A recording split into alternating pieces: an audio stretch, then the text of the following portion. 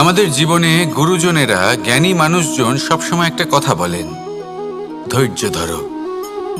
শুধুমাত্র দুটো শব্দ, কিন্তু কতটা বিশাল সেটা বোঝার চেষ্টা করুন। ছোট একটা অস্ত্র হাতে নিন এবং একটা বিশাল পর্বতে নিরন্তর প্রহার করতে থাকুন। ধৈর্য ধরে সেই কাজ করতে থাকুন। এমন একদিন আসবে, এই বিশাল পর্বতে আপনি একটা পথ তৈরি করবেন। কোনো ধনুর্ধর যখন নিজের বিদ্যা অর্জন করেন, তখন তাকেও ধৈর্য ধরতে হয়, তার নিজেকে সময় দিতে হয়, তবেই সে ধনুর্বিদ্যা শিখতে পারে। সেইভাবে আমাদের জীবনেও ধৈর্য ধরার খুব প্রয়োজন। পরিবারে ধৈর্য রাখতে পারলে তাহলে আস্তে আস্তে দেখবেন প্রেম বৃদ্ধি পাচ্ছে।